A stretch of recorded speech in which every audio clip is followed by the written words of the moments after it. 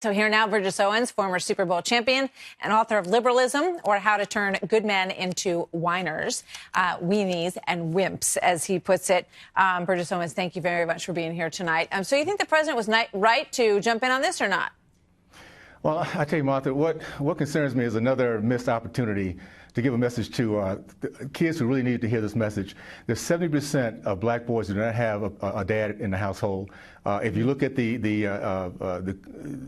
juvenile system, 85% of those kids don't have dads. So when you have a dad, you want them to stand up and do the right things. In this case here, we need to teach our kids to be thankful, number one, and to apologize when they make mistakes. And the very last thing, we make enough mistakes as it is, just trying to do the right things and still make mistakes. The last thing we need to teach our kids is no big deal to steal, lie, and cheat.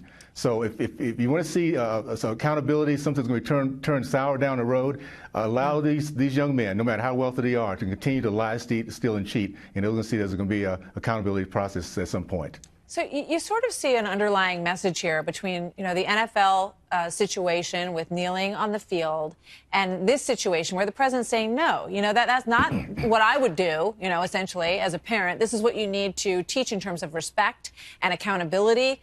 Do you think that the president has a positive message here for these young African-American men, or is it racist, as you just heard charged? No, what's racist is to think that this is the way black people should think and the way black people should respond. No, I'm thankful for a president who's drawing lines across the board because it's not happening in these homes.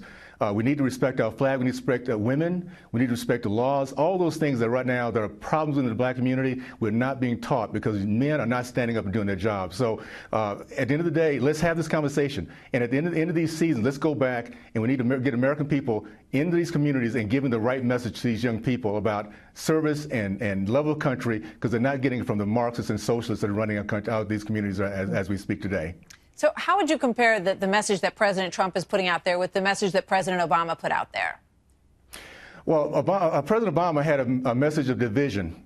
It was always it was not bringing together and helping our kids to understand their laws that we need to stay focused on. I tell you what I'm learning, what I'm seeing right now. When I grew up, to do something like this would not happen. I would not want to disrespect my family's name. I would not want to embarrass my mom and dad.